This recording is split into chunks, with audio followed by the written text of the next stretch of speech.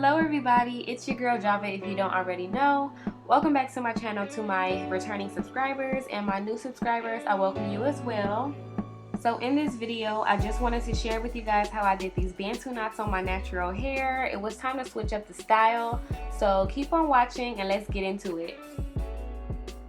Starting off, I'm using Shea Moisture Coconut and Hibiscus Curl Enhancing Smoothie, and I'm also using some leave-in conditioner with a little bit of hair oil mixed in this little bitty spray bottle. I'll list those items in the description bar below. And ladies, I styled my hair in some mini twists using the Shea Moisture Curl Enhancing Smoothie. I also did a review on it as well. They are in the same video, and I will link that below so you ladies can check that out. So first things first, per usual, I did the majority of my hair. It just makes it easier when I'm doing these videos. For me, that's my own personal preference. And I'm just taking the products that I mentioned earlier in my video and applying that all throughout my hair, ensuring that I get in between the sections as well, and also parting my hair to prepare for the style.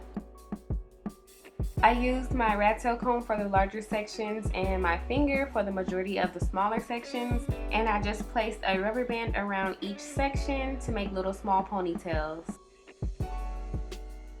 I intentionally did not do my parts extremely neat because I just didn't feel like there was a need to. I wasn't going to keep this styling very long, so this was just something to just get me by for the next couple of days or so.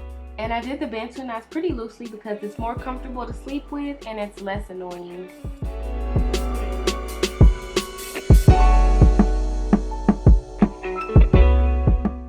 So to achieve the Bantu knot style, you just start at the base of the ponytail and you twist with one hand and wrap with the other.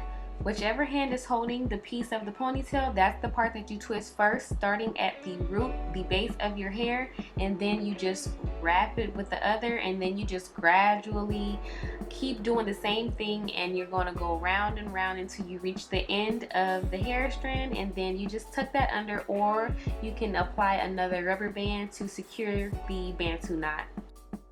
I hope that I explained it very well for you ladies. If you don't get it, just continue to watch the video, and I hope that you're able to achieve this look. And thank you for watching this video. I truly appreciate it. Bye!